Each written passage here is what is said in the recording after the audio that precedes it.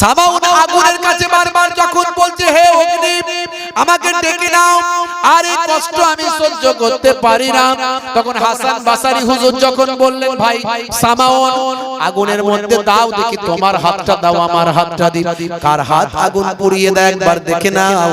আসলে তোমাকে ভালোবাসি বলে কথাগুলো বলছি, না হলে তোমার এই সময়ে কথাগুলো বলার কোনো আমার অর্থ নয়। এই সময়ে কথাগুলো বলা মানে হাস্যকর ব্যাপার, এই সময় তোমার মৃত্যু যন্ত্রণা হচ্ছে, আর এই সময়ে কথাগুলো বলা মানে অত্যন্ত জঘন্য অপরাধ ব্যাপার। কিন্তু তুমি যাতে মৃত্যুর পরে সঠিক জায়গায় পৌঁছাতে পারো, শান্তি পাও, তার জন্য আমি তোমাকে না বলে পারি না। আসল কারণ হলো তোমাকে আমি ভালোবাসি। ও ভাই সামাউন দাও, তোমার হাতটাও আগুনে ঢোকাও আর আমার হাতটাও আগুনে ঢোকাই, দেখি আগুন যদি আমার হাত পুড়িয়ে দেয় তোমার কথা মেনে নেব, আর আগুন যদি তোমার হাত পুড়িয়ে দেয় আমার হাতকে রক্ষা করে দেয় তাহলে আমার কথা তুমি মনে নেবে। নিশ্চয় এত বছর ধরে আগুনকে খোদা বলেছ, আগুন তোমার হাতকে রক্ষা করবে আর আমার হাত পোড়াবে। দাও দাও তোমার হাতটাও আমার সঙ্গে দাও। হে তরুণ যুবকেরা, হে আমার বন্ধুরা, সামাউন বলল এটা কখনো সম্ভব নয়, আগুন তোমার হাত পুড়িয়ে দেবে আর আমার হাতও পুড়িয়ে দেবে। তার কারণ হলো আগুনের ধর্ম হলো পুড়িয়ে দেওয়া। সেই সময় হযরতে হাসান বাসারী রাহমাতুল্লাহ আলাইহি সেই সময় বললেন ভাই সামাউন আমি তো আগুনকে খোদা বলে মানি না, কিন্তু আমার বিশ্বাস আমি আগুনের স্রষ্টাকে মানি, সবকিছুর স্রষ্টাকে আমি মানি, তাই আগুনের ক্ষমতা না আমি হাসান বাসারী আমার হাত পোড়ানো দূরের কথা একটা হাতের লোমকে চুলকেও পোড়াতে পারবে না। হে তরুণ যুবকেরা, এই বলে হযরত হাসান বাসারী রাহমাতুল্লাহ আলাইহি আগুনের ভিতর হাতটা ঢুকিয়ে দিলেন, কিছু সময় রাখলেন, কিছু সময় রেখে হাতটা বের করে সামাউনকে দেখালেন, দেখো সামাউন আমার হাত কি পুড়েছে? না না, হাত পোড়া তো দূরের কথা, হযরতে হাসান বাসারী হুজুরের একটা হাতের লোম চুল পর্যন্ত আগুনে পুড়ে যায়নি। সামাউন বলল ভাই তাহলে তো মারাত্মক আমি ভুল করেছি ভাই, বুঝতে পারিনি, আমি তোমার কথা মানিনি, সারা জীবন তুমি বলেছো কিন্তু শুনিনি। ভাই সামাউন, ভাই হাসান, তাহলে তুমি আমাকে এই মৃত্যুর সময় অন্তত বাঁচাও, তুমি আমাকে এই মৃত্যুর সময় রক্ষা করো যাতে আমি শাস্তি থেকে আযাব থেকে রক্ষা পাই। হাসান বাসারী হুজুর বললেন ভাই সামাউন পড়ে নাও মহাবাণী মহাকালেমা, কালেমা পড়ে হাসান বাসারী হুজুরের কাছে সামাউন ঈমান কবুল করলেন। সামাউন ঈমান কবুল করার পরে বললেন ভাই হাসান তোমার কাছে আমি একটা কথা জানতে চাই, একটা কথা জানতে চাই, আমি এই যে ঈমান কবুল করলাম, এত বছর ধরে আমি আগুনকে খোদা বলে মেনেছি, আগুনের কাছে চেয়েছি, এখন আগুনের স্রষ্টাকে মানলাম, তো আমি যে এত বছর ধরে যেভাবে চলেছি মৃত্যুর পরে কি আমি শান্তি পাবো, এই গ্যারান্টি কি তুমি আমাকে দেবে? সেই সময় সামাউন বলেছিল হাসান বাসারী পৌঁছে গিয়ে সামাউন ভাইকে দিল বলে, মৃত্যুর আগে কালেমা পড়লে জান্নাতে তোমায় নেবে কোলে, এই বলে হুজুর অগ্নিতে হাত, ওলি আল্লাহর দেখো বড় কারামাত, এই বলে হুজুর অগ্নিতে হাত, ওলি আল্লাহর দেখো বড় কারামাত। সামাউন তখন বলে বারবার, সামাউন তখন বলে বারবার কালেমাটা পড়িয়ে দাও না আমার। হে তরুণ যুবকেরা, সামাউন বলল ভাই আমি কি জান্নাত পেতে পারি? কবরে দেওয়ার পরে কি কবরের শাস্তি থেকে রক্ষা পেতে পারি? হযরতে হাসান বাসারী হুজুর বললেন হ্যাঁ সামাউন, ইন্নাল ইসলামা ইয়াহদিমু মাকানা কাবলাহু ওয়া ইন্নাল হিজরাতা তাহদিমু মাকানা কাবলাহা ওয়া ইন্নাল হজ্জা ইয়াহদিমু মাকানা কাবলাহু। আমার নবী সোনার জবানে হাদিস পাকের মধ্যে বলেছেন যে ব্যক্তি কালেমা পড়বে আমার আল্লাহ তার জীবনে জিন্দেগীর পূর্বের গুনাহগুলো ঈমান আনার কারণে সমস্ত গুনাহ মাফ করে দেবেন। যে ব্যক্তি হজটা জীবনে একবার করবে অন্তর থেকে আল্লাহর ফরজ হজটা করে আসবে, নিজের নিজের জীবনের গুনাহগুলো মাফ চাইবে, আমার আল্লাহ হজ করার বিনিময়ে তার জীবনে জিন্দেগির গুনাহগুলো মাফ করে দেবেন। আর যে ব্যক্তি অত্যাচারিত হয়ে আল্লাহর কোরআনের জন্য, নবীর হাদিসের জন্য, ইসলামের জন্য যে বাবা অত্যাচারিত হয়ে এমন একটা সময় তৈরি হলো দেশ ছাড়তে বাধ্য হবে, এরকম যদি কারো হয়ে থাকে জীবনে ভাই আমার, একে বলা হয় হিজরত। যে হিজরত আল্লাহর নবী মক্কা ছেড়ে মদিনায় করেছিলেন, এই হিজরত করার কারণে আমার আল্লাহ তাআলা হিজরতের পূর্বের গুনাহগুলো আমার আল্লাহ মাফ করে দেন।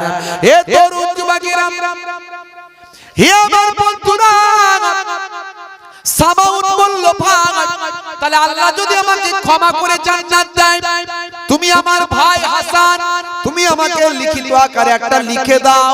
তৎকালীন লেখনী পদ্ধতিতে হযরতে হাসান বসরি রাহমাতুল্লাহ আলাইহি লিখে দিলেন, ভাই সামাউন, আমার আল্লাহ তোমাকে জান্নাত দান করে দেবেন।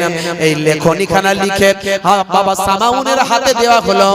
হাসান বসরি চলে এলেন, সামাউন মারা যাওয়ার আগে আত্মীয় স্বজনদের বললেন, আমি মারা যাওয়ার পর এই লেখনীটা আমার হাতে দিয়ে কবরে দাফন করবে, কারণ কবরে দেওয়ার পরে যদি শাস্তি আসে, যদি আমার কোনো আযাব হওয়ার সম্মুখীন হয়, তাহলে সেই সময় আমি আমার লেখনীটা দেখাবো যে আমার ভাই আমাকে জান্নাতের সার্টিফিকেট দুনিয়াতে দিয়েছেন।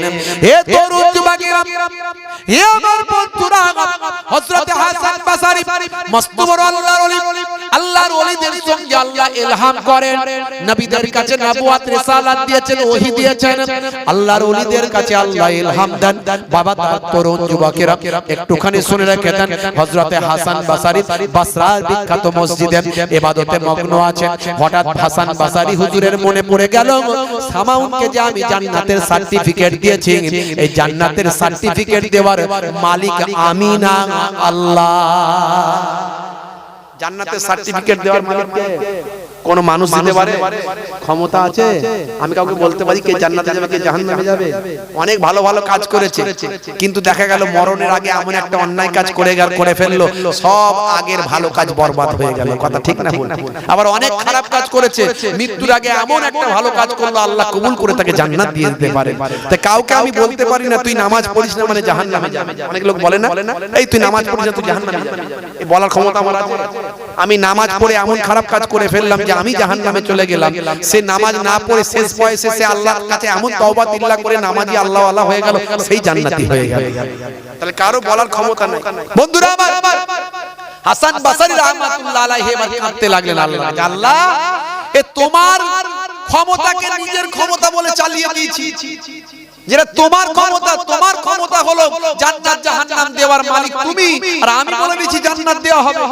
এ আমি কি অন্যায় করলাম, আল্লাহ তুমি মাফ করো। কাঁদতে শুরু করলেন হাসান বসরি হুজুর, কাঁদতে শুরু করলেন বসরার মসজিদে। রাতের অন্ধকারে দুনিয়ার মানুষ খেয়ে দিয়ে ঘুমায়, আল্লাহর ওলিরা ঘুমাতে পারেন না, তাহাজ্জুদের নামাজ পড়ে কাঁদছেন আল্লাহর কাছে, অঝরে করে যাচ্ছেন, কাঁদতে কাঁদতে কাঁদতে কাঁদতে ঘুমিয়ে। হে তরুণ যুবকেরা, হে আমার বন্ধুরা, কাঁদতে কাঁদতে হযরত হাসান বসরি রাহমাতুল্লাহ আলাইহি ঘুমিয়ে পড়েছেন। বাবা ঘুমের মধ্যে আমার আল্লাহ দেখিয়ে দিলেন সামাউনের সঙ্গে খবের মধ্যে, স্বপ্নের মধ্যে হাসান বসরির মুলাকাত হয়ে যায়। হযরত হাসান বসরি দেখতে পান সামাউন আল্লাহর জান্নাতে ঘোরাফেরা করছে। হে তরুণ যুবকেরা, হযরত হাসান বসরি রাহমাতুল্লাহ আলাইহি সেই সময় বললেন, ভাই সামাউন, আমার আল্লাহর পক্ষ থেকে তোমার সঙ্গে কেমন আচরণ করা হয়েছে?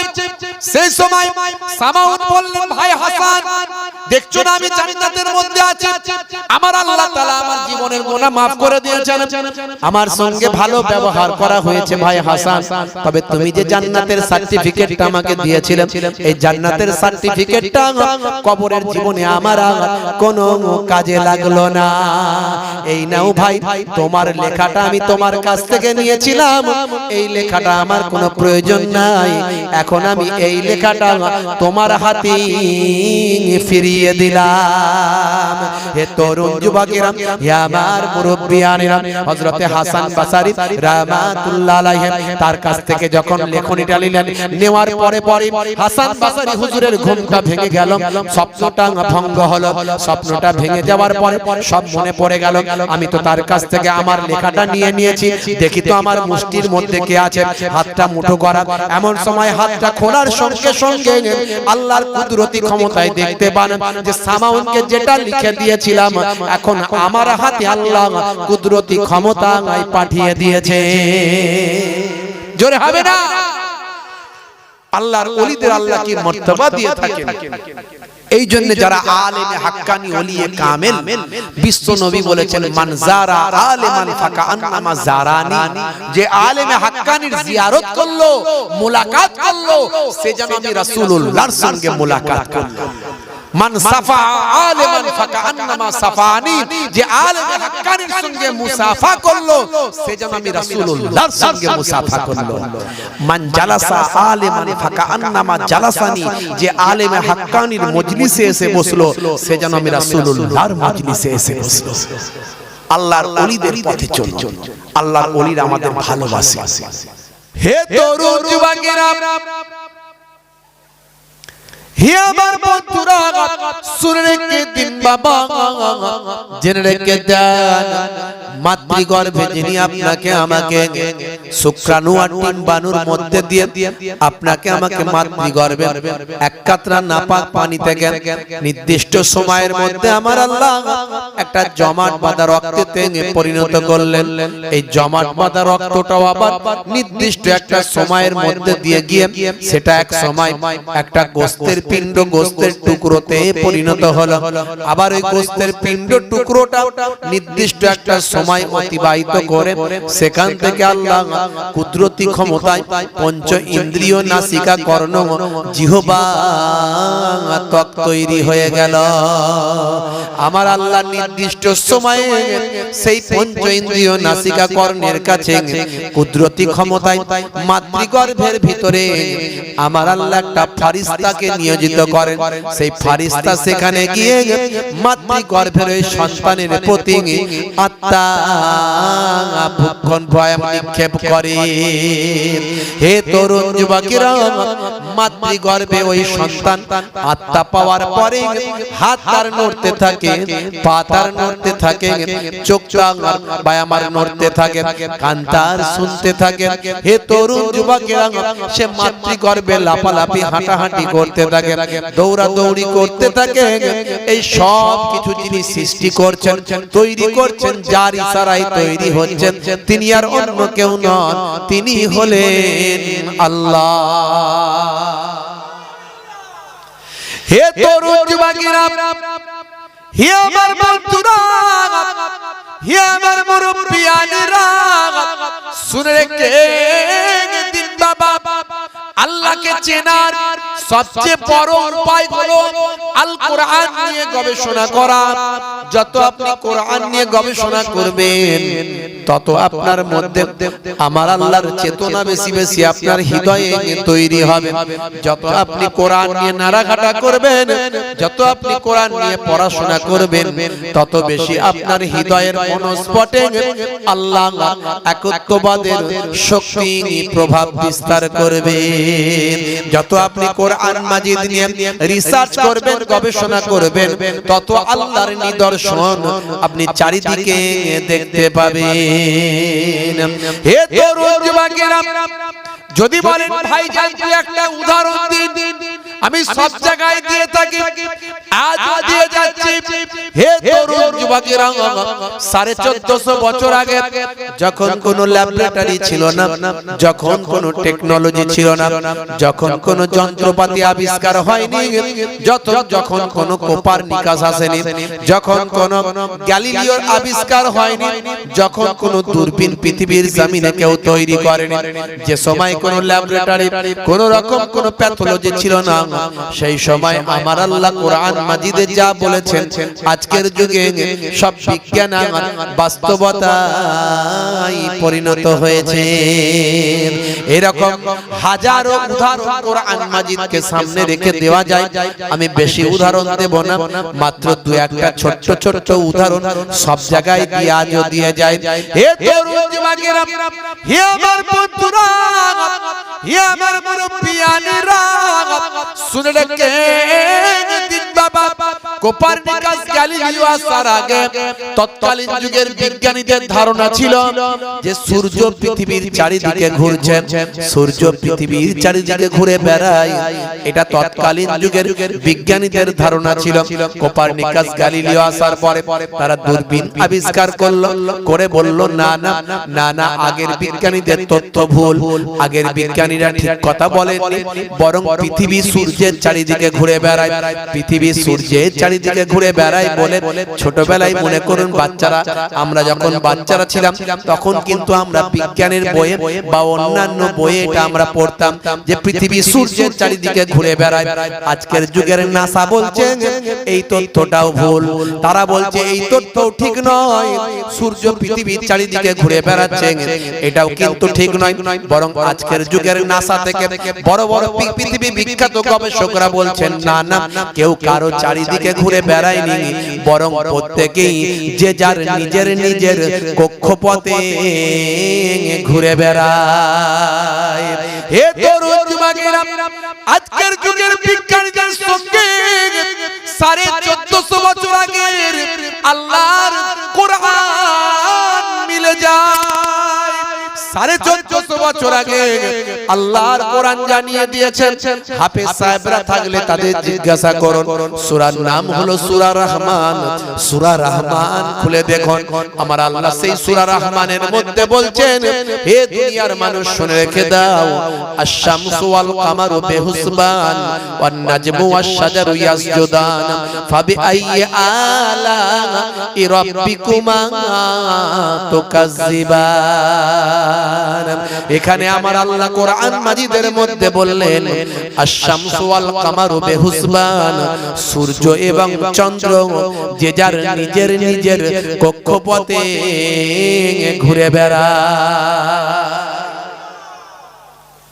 তাহলে কোরআন পড়লে আপনি আল্লাহর প্রতি বিশ্বাস বাড়বে, কারণ আজকের বিজ্ঞান যেগুলো আবিষ্কার করছে কোরআনে সেটা 1450 বছর, 100-200 বছর আগে না, 1450 বছর আগে কোনো টেকনোলজি ছিল না, কোনো প্যাথোলজি ছিল না, কোনো গবেষণা কেন্দ্র ছিল না, কোনো দূরবীন কিছুই ছিল না।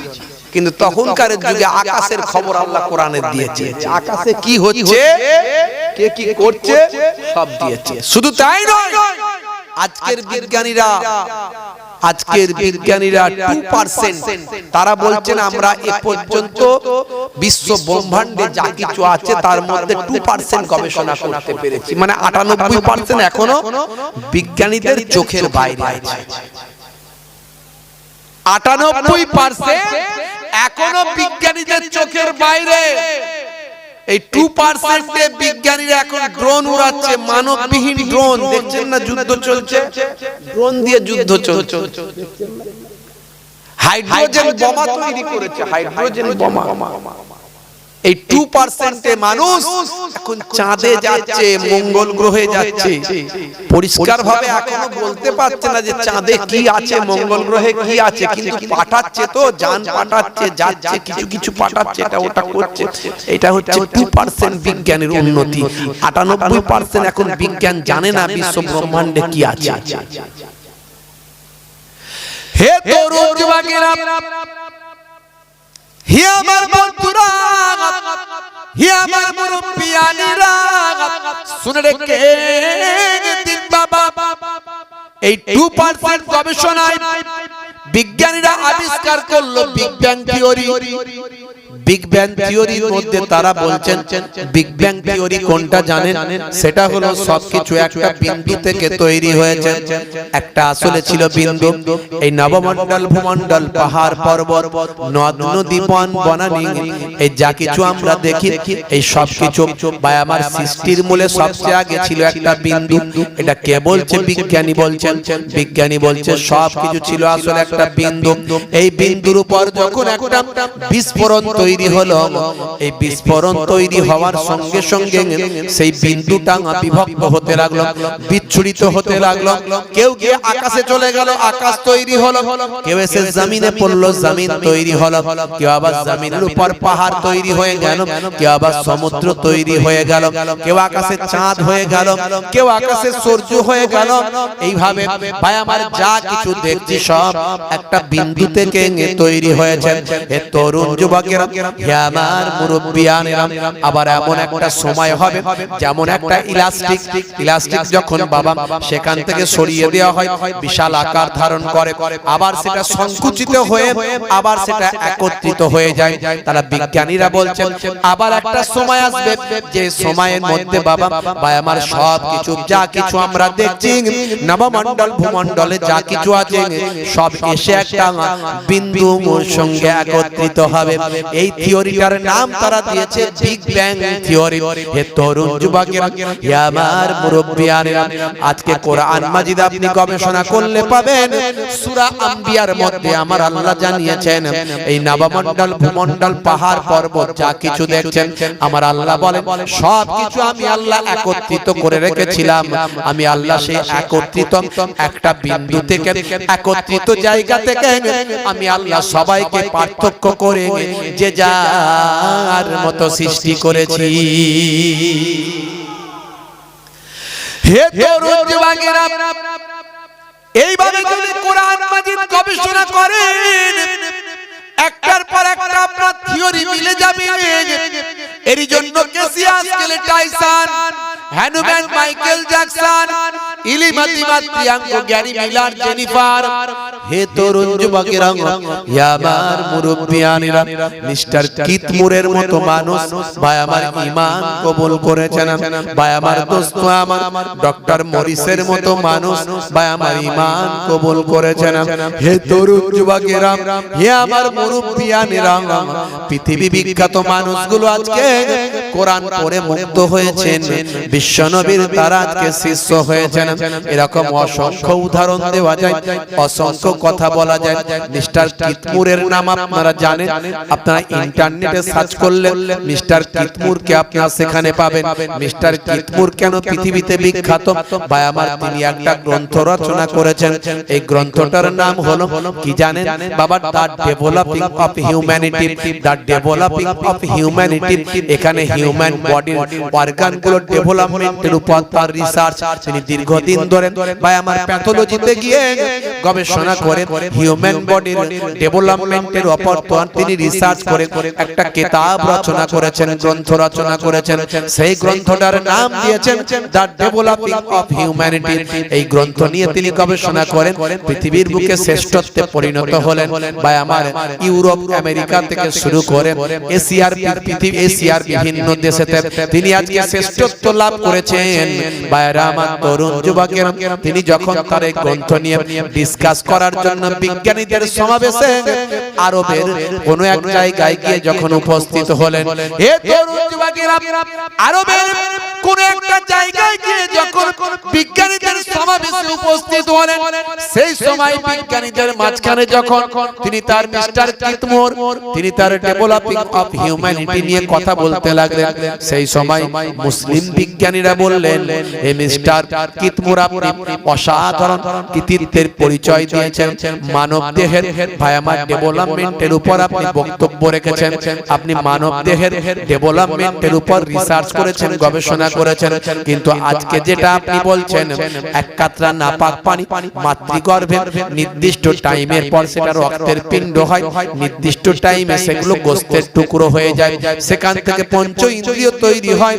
আপনি যেটা আজকে গবেষণা করে যা বলছেন মাতৃগর্ভের সিকিউর বা আমার সুন্দর জায়গাতে মাতৃগর্ভের ভিতর ওই বা আমার সন্তান কিভাবে বড় হয়, আপনি যেগুলো আজকে গবেষণা করে বলছেন, এই গবেষণার কথা আমরা আজ থেকে 1450 বছর আগে আল্লাহর কোরআনে খুঁজে পাই। মিস্টার কিতমুর অবাক হয়ে যান, এটা কেমন করে সম্ভব? এত বছর ধরে আমি এগুলো গবেষণা করেছি, আর আপনি বলছেন আল কোরআনে আছে। কোরআন মাজিদ পড়াশোনা করলেন মিস্টার কিতমুর, কোরআন মাজিদ পড়াশোনা করে দেখেন তিনি যেগুলো আজকে আবিষ্কার করছেন সেগুলো 1450 বছর আগে আল্লাহর কোরআনে লিপিবদ্ধ হয়েছে। মিস্টার কিতমুর আর থাকতে না পেরে আমার আল্লাহকে এক বলে স্বীকৃতি দিয়ে বিশ্বনবীর কালেমা পড়ে ঈমান গ্রহণ করে। কত বলবো, অসংখ্য বলা যেতে পারে। এই অল্প কিছুদিন আগে গুগল সার্চ করতে গিয়ে আমি পেলাম যে আমার এই গুগল সার্চ করতে গিয়ে হঠাৎ যে গুগলের নিউজগুলো দেয় সেই নিউজে দেখাচ্ছে হার্টের জন্য উপকারী একটা ফলের নাম হলো আজওয়া খাজুর। আজকে যেটা তারা গুগলে লিখছে 1450 বছর আগে আল্লাহর নবী জানিয়ে দিয়েছিলেন। এক সাহাবী শরীর অসুস্থ ছিল, আল্লাহর নবী গিয়ে দেখলেন তার বুকে ব্যথা, আল্লাহর নবী তাকে আজওয়া খাজুর খাওয়ার পরামর্শ দিলেন। নবী বললেন, হে সাহাবী তুমি আজওয়া খাজুর খাও, আমার আল্লাহ তোমার বুকের ব্যাধিকে দূর করে দেবে। তাই আজও ভাই আমার স্বাস্থ্য বিশেষজ্ঞরা বলেন যাদের হার্টের সমস্যা আছে আজওয়া খাজুর খেলে তাদের হার্টের উপকার হবে, জোরে হবে না সুবহানাল্লাহ। বন্ধুরা আমার, তরুণ যুবকেরা আমার, শুধু তাই নয়, বিশ্বনবী বলেছেন সকালবেলা খালি পেটে সকালবেলা যদি কেউ 7টা আজওয়া খাজুর খায় সারা দিন তার শরীরে কোনো বিষক্রিয়া কাজ করবে না। সারা দিন তার শরীরে কোনো বিষক্রিয়া কাজ করবে না।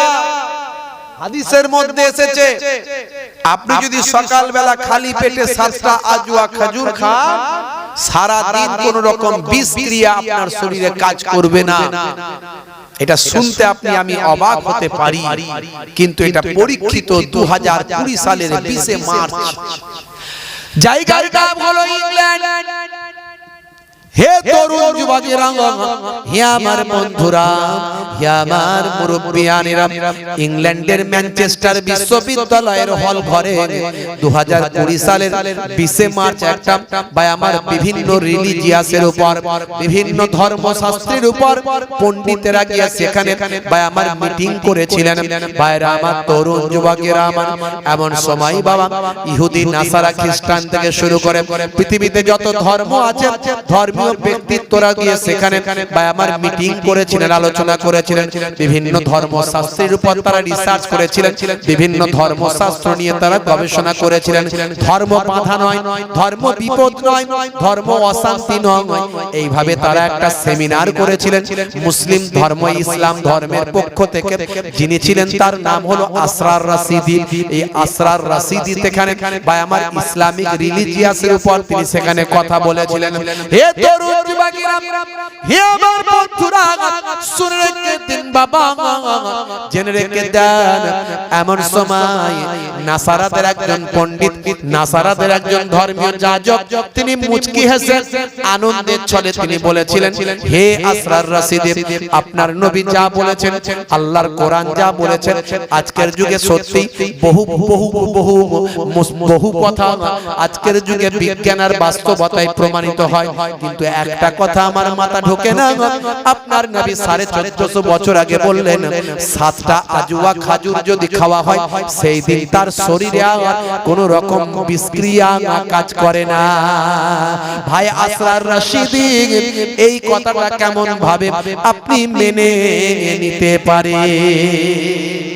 সব মানতে পারি, এটা কেমন করে মানা যায় আপনি বলুন তো? একটুখানি ভাই আমার আসরার রাশিদি যেহেতু ইসলামিক রিলিজিয়াসের উপর কথা বলছেন, তাকে পেছন থেকে আনন্দের ছলে আঘাত করলো, আনন্দের ছলে আঘাত করলো। সেন্টিমেন্টালিজম, হে তরুণ যুবকেরা, হে আমার বন্ধুরা, শুনে রেখে দিন বাবা, এমন সময় আসরার রাশিদি তিনি কিন্তু আজুয়া খাজুর খেতে পছন্দ করতেন, তাই তার সঙ্গে সব সময় আজুয়া খাজুর রাখতেন। এমন কিছু মানুষ আছে যারা আজুয়া খাজুর খেতে পছন্দ করে, আজুয়া খাজুর ছাড়া তারা কোনো খেজুর খেতে চায় না বাবা।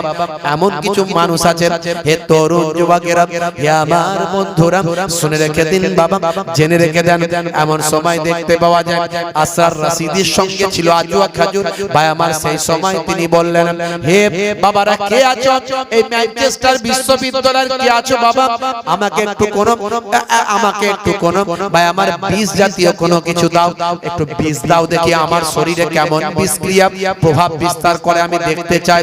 কে আছো বাবা? ভাইরা আমার, তরুণ যুবকেরা, এমন সময় সেখানে পাশি রাখা ছিল কোথায় একটা ভাই আমার ইঁদুর মারা লিকুইড বিষ, ইঁদুর মারা লিকুইড বাবা। ভাই আমার কোনো ভাবে ক্ষতিগ্রস্ত বিষ, ইঁদুর মারা লিকুইড, সেই সময় সেটা তার কাছে দেওয়া হলো।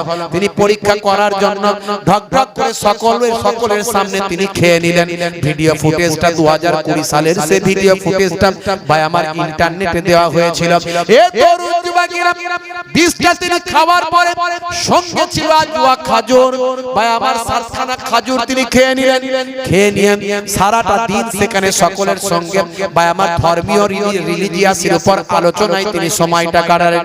শেষে তিনি বললেন, দেখুন আমি তো বিষ খেয়েছিলাম, আজুয়া খাজুর খেয়েছিলাম, এতক্ষণ পর্যন্ত আপনাদের সঙ্গে আছি, সারাটা দিন কাটিয়ে দিলাম, কিন্তু কোন বিষের ক্রিয়া আমার শরীরে কোন প্রভাব বিস্তার করেনি। জোরে হবে না? 1450 বছর আগে আল্লাহর কোরআন রাসূলের হাদিস যা বলেছে আজকের যুগে সব মিলে যাচ্ছে, বিজ্ঞানের খাতায় মিলিয়ে যাচ্ছে। তাই তো আজকে কেসিয়া স্কেলের মতো মানুষ, টাইসনের মতো মানুষ, গ্যারি মিলারের মতো মানুষ, মাইকেল জ্যাকসনের মতো মানুষ, পৃথিবী বিখ্যাত মানুষগুলো আজকে বিশ্বনবীর শিষ্য হচ্ছে। ইসলাম শান্তির কথা বলে, ভ্রাতৃত্বের কথা বলে, কাউকে আঘাত করতে ইসলাম শেখায়। আপনি ধর্ম নিয়ে কখনো জবরদস্তি করতে পারবেন না। বলা হয়েছে লা ইকরা ফিদ্দিন, ধর্মে কোনো জবরদস্তি নাই, কাউকে জোর করে কারো ধর্ম কারোর উপর চাপাতে পারবেন না। ইসলামে বলে দেয়া হয়েছে, কোরআনে আল্লাহ বলছেন লাকুম দীনুকুম ওয়ালিয়া দীন, তোমার ধর্ম তুমি পালন করো, আমার ধর্ম আমি পালন করি। ধর্ম হলো ভালোবাসার জিনিস, ধর্ম হলো মন থেকে মানার জিনিস, জোর করে চাপিয়ে দেওয়ার জিনিস নয়। ইসলাম জানিয়ে দিয়েছে তুমি অন্যের ধর্মের কোন মানুষকে গালিগালাজ করতে পারবে না, তুমি অন্যের ধর্মের কোন মানুষকে কটূক্তি করতে পারবে না, অন্যের ধর্ম সম্পর্কে কখনো তুচ্ছ করতে পারবে না, কারণ সেটা তার ভালোবাসার জিনিস, সেটা তার আবেগের জিনিস। ইসলাম শান্তির কথা বলে, ভ্রাতৃত্বের কথা বলে, মানবিকতার কথা বলে, মনুষ্যত্বের কথা বলে। মনে রাখবেন, আপনি একজন মুসলিম হিসাবে আপনার অনেক দায়িত্ব। ইসলাম শান্তির কথা বলে, আপনি মুসলিম মানে যিনি শান্তি বজায় রাখেন তিনি মুসলিম, যিনি শান্তি বজায় রাখেন তিনি মুসলিম। কিন্তু বুকে হাত দিয়ে চিন্তা করুন তো, আজকে আমরা সত্যি কতটা শান্তি বজায় রাখতে পারছি, কতটা শান্তি সম্প্রীতির উপর চলতে পারছি, কতটা আমরা নীতি নৈতিকতার আদর্শে পরিপূর্ণ থাকতে পারছি। আমার কোরআন জানিয়ে দিয়েছে, ওয়ালা তামুতুনা ইল্লা ওয়া আনতুম মুসলিমুন, ততক্ষণ পর্যন্ত মরো না যতক্ষণ না সাচ্চা মুসলমান না হয়ে যাও। সাচ্চা মুসলমান কাকে বলে? সাচ্চা মুসলমান সেই ব্যক্তি যে ওজনে ঠকাবে না। সাচ্চা মুসলমান ওই ব্যক্তি যে আলটা ছেটে ছেটে বাড়িয়ে দেবে না। সাচ্চা মুসলমান ওই ব্যক্তি যে মিথ্যা কথা বলে অতিরিক্ত দাম নেবে না। আপনি বলতে পারেন না যে আমি খোদার কসম করে বলছি আমার পটলের দাম হলো 25 টাকা কেজি, আমি তোমার কাছ থেকে 1 টাকা লাভ করছি 26 টাকা, অথচ আপনি মার্কেট থেকে কিনেছেন 15 টাকা। আপনি খোদার কসম করে মিথ্যা কথা বললেন, এটা আপনি বলতে পারেন না। আপনি বলতে পারেন যে আমার এটা এই দাম আছে, নিতে মন যায় নাও, না হলে যাও, এতে আপনি লাভ করুন যত খুশি। ব্যবসা মানে লাভের জায়গা। তবে ইসলাম বলেছে লাভ কম সেল বেশি করো, দেখবে তুমি বড় ব্যবসায়ী হয়ে যাবে। লাভ কম সেল বেশি, মিথ্যার আশ্রয় নেবে না, আর কোন কালো বাজারি করবে না, কোন খারাপ মাল পচা মাল ভালো মালের সঙ্গে ঢুকিয়ে বিক্রি করে দেবে না। যদি এই মানুষ ঠকানো কারবার থেকে দূরে থাকো, আমার নবী জানিয়ে দিয়েছেন মিফতাহুদ দাওলাতে ফাহুয়া তিজারা, ধনের চাবিকাঠি হলো হালাল ব্যবসা। বিশ্ব নবী বলেন হালাল ব্যবসায়ী আর আমি নবী জান্নাতে পাশাপাশি ঘরে থাকবো। বন্ধুরা আমার, তাহলে ইসলাম আপনাকে পরিপূর্ণ জীবন ব্যবস্থা দিয়েছে।